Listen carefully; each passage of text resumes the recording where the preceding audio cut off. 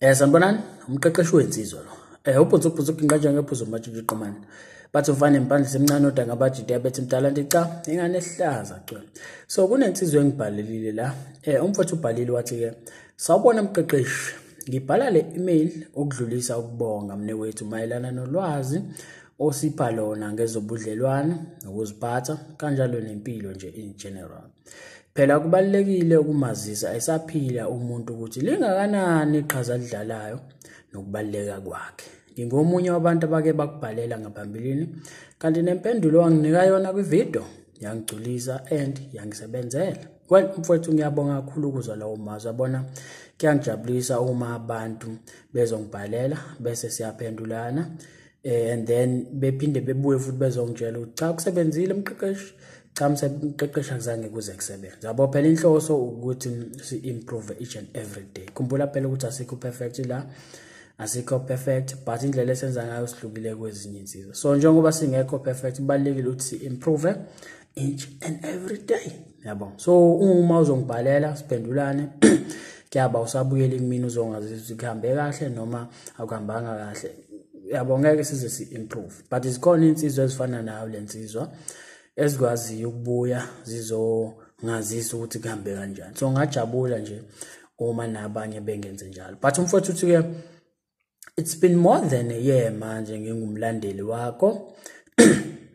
Well mfowethu ungazibizi nje ngumlandeli wami ngoba yabona uma uthi ngumlandeli wami there's khona element ongahloniphani lapho yabo. So mina ngihlonipha ngendlela esimanga.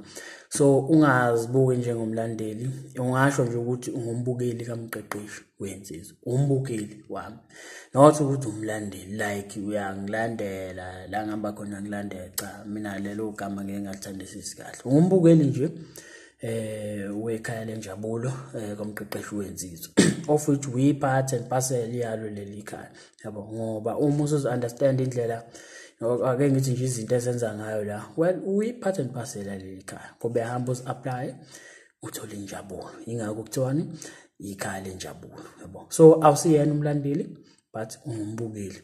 Uthi ubafoke it's been more than a year manje ngingumlandeli wakho and anginamahloni ukusho ukuthi your content is so genuine and unique. I'm a very busy person and I usually miss your live videos on Facebook, but I make sure I watch it when I see it later on YouTube because I know ukuthi ngeke ngisikhalele isikhathi sami. Well kunjalo mfowethu ngoba yabona masi live ku Facebook ngeke ngenze sure ukuthi na YouTube ngiyifaka ngoba ukuze phela wonke umuntu ezokwazi ukuthi ayithole yabo. Hayi ukuthi ngizoyi mhlambe after sengiqedile ukuba live ngiyayidelete cha ngidelete ngiyishare lapho ukuze mhlambe idatha malikushaya mangabe usu right ukwazi ukuthi uphinde uyibukele yabo. But umfowethu uthe I so wish ukuthi zonke izinsizwa ngabe ziyayazi le channel. It's a pity there are people who criticize you for what you are doing, but as you always say ukuthi abantu ngeke bakuthande bonke ngoba awuyona imali. Kunjalo mfowethu uyabona ubaluleke kakhulu lo line yabona once empilweni wawu understand uyojabula kakhulu mfowethu uyojabula ngendlela esimanga ngoba uyabona kufana nasemantombazaneni mfowethu uyabona amantombazane maningi amantombazane angathandana nawe ake ngithi nje afisa ukuthandana nawe but akusiwo wonke akusiwona wonke yabo akusiwona wonke maningi but akusiwona wonke kufanele uunderstand lokho ukuze mangabe usuthi uyazama komunye umuntu ekuphoxa understand ukuthi okay lo ubelonga kule group le engangizwisisi kahle ayinkinga ngeke baze bakuthande bonke abantu awusiyona imali yabo. Umfowethu uthi ke don't feel down. I hope one day you find yourself having numerous followers than you have now. Keep it up mfowethu uyancomeka umsebenzi awuswani madoda ayakusho mina ubhutsu kingaje ke phuzu manje iqomani bathi umfane impandla semncane odanga bathi diabetes mdala ndicaca ingane ihlaza cha yabona mfowethu kube angiphethe ifone le ake ngijele camera ngabe ngiyagiya ke manje yabona. But mfowethu ngiyabonga ngamazwi akho ayangijabulisa and kubalekile njoba ngisho ukuthi ubuye ungazisa ukuthi kuhambe kahle noma kuhambanga kahle kona sokwazi phela futhi ukuthi sibone ukuthi siya kanjani phambili yabo. So enye into engifuna uyazi noma ekufanele uyimasterishe mangabe usayinsizwa esancane esakhula ukuthi nje uvume ukwamukela mfowethu, uvume ukwamukela ngoba uyabona mangabe usothandweni kuzofika isikhathi la khona uthola ukuthi umuntu wakho mhlawumbe usiyajet no yazini usuyangibhora manje angisakufuni ngcono sihlukane or whatsoever reason yabo. Thothi mhlawumbe wena ayikho into wrong oyenzile but mangabe ake sithi nje uyakutshela cha usuyangibhora angisafuni, well kuzoba buhlungu ukuthi ukutshela lawo mazi ukuthi usuyambhora but kuzofanele uhloniphe leso sinqumo uwamukele. Empilweni yamukela mfowethu, baningi abantu bekushiya emndenini kuphi nakuphi beshona abantu yabo but wamukelile. So kubalekile ukuthi ukwamukele lokho, hayi ukuthi umuntu uthi kuwena usuyangibhora ngisakufuni ahlukane bezothi hayi kuyaxolisa ngeke kusakubhora ke okay cha no.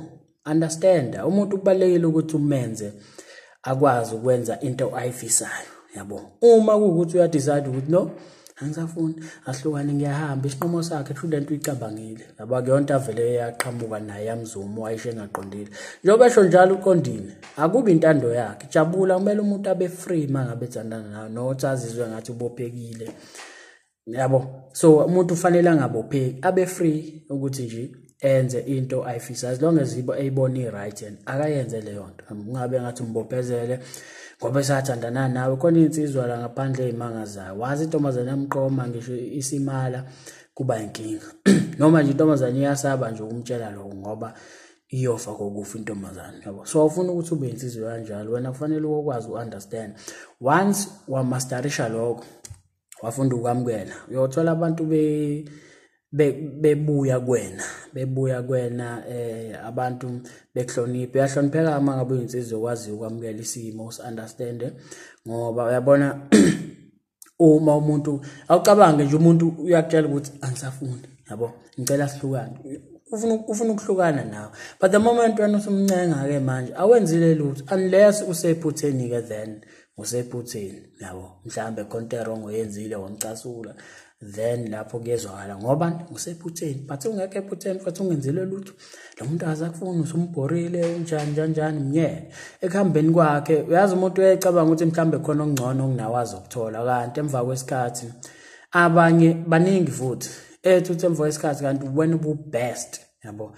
So useyabona manje usefuna ukubuya lapho esethi uyabuya uthola ukuthi kwa wena awusamthanda awusamfuni eduze kwakho yabo. So understand umuntu mehamba khona umunye uzofika ozomthola angathi nje uzofika ozomthola ngoba umuntu avela afike nje khona umunye ozomthola